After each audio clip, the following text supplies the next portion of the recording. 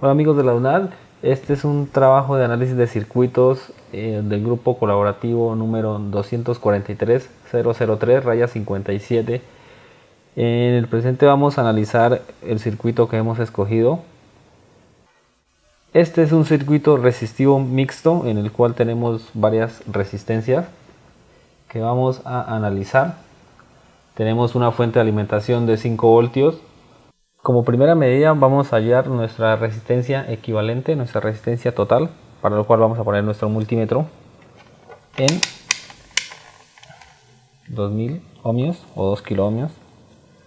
En este caso, para medir la resistencia tiene que estar sin corriente el circuito. Vamos a medirla desde la primera resistencia hasta la última, que nos da un valor de 1962 ohmios. Esto es algo aproximado, ¿no? Digamos que se aproxima a 2 kilo ohmios. En este caso vamos a utilizar esta fuente de voltaje en la cual podemos medir el voltaje de salida de 5 voltios. Aquí ya la tengo configurada para 5, bueno, no es tan exacta, 5.4 voltios, y con la cual vamos a alimentar en nuestro circuito. Aquí ya lo tenemos montado el circuito en nuestra protoboard. Es un circuito muy sencillo. Consta de una resistencia de 220 ohmios, una resistencia de 1 kilo ohmio conectada en paralelo con otra resistencia del mismo valor, luego una resistencia de 1 kilo ohmio, una resistencia de 100 ohmios y por último, para cerrar el circuito, una resistencia de 180 ohmios. Listo, ya como hemos tomado la medida, vamos a retirar el multímetro de aquí y vamos a energizar. Bueno, ya hemos hecho previamente el montaje de este circuito. Ahora vamos a energizarlo. Vamos a tomar el voltaje en cada resistencia. Entonces, como primera medida vamos a tomar el voltaje total del circuito, que obviamente es el mismo que nos está dando en la salida la fuente de voltaje, que en este caso son 5.03 voltios. Ahora vamos a medir el voltaje en cada resistencia. Vemos que nuestra primera resistencia nos da una caída de voltaje de 0.54 voltios. Para la segunda resistencia es 1.24 voltios, que es el mismo voltaje de nuestra resistencia número 3, ya que cuando están en paralelo el voltaje es igual para las dos resistencias. En nuestra cuarta resistencia el voltaje es de 2.52 voltios.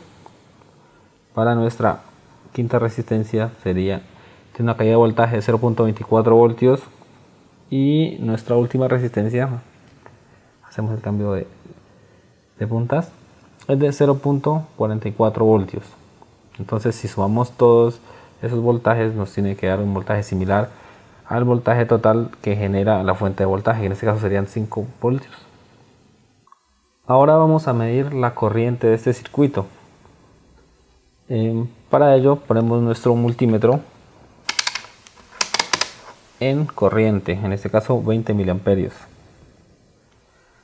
Para tomar la medida de la corriente, entonces debemos abrir el circuito y conectar nuestro multímetro en serie. Como viene desde negativo, de positivo a negativo, entonces conectamos nuestra punta negra al negativo y nuestra punta roja al positivo.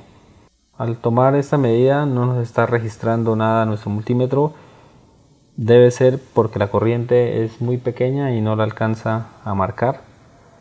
Entonces nos queda un poco complicado para realizar la medición en cada una de las resistencias. Sin embargo, vamos a intentar hacerlo para mostrar y evidenciar que la forma de cómo tomar la medición de la corriente en una resistencia. Entonces se separa una de las paticas de la resistencia, se conecta donde viene el positivo y el negativo para cerrar el circuito. Entonces, como podemos apreciar, en el momento no lo está marcando. Es probable que sea porque la corriente que pasa por ese circuito es muy pequeña y no la alcanza a marcar. Y asimismo hacemos con las demás resistencias. Levantamos uno de los contactos y hacemos la medición en serie para todas.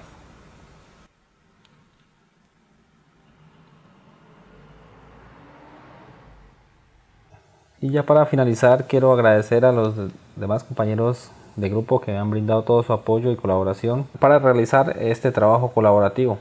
Muchas gracias y hasta luego.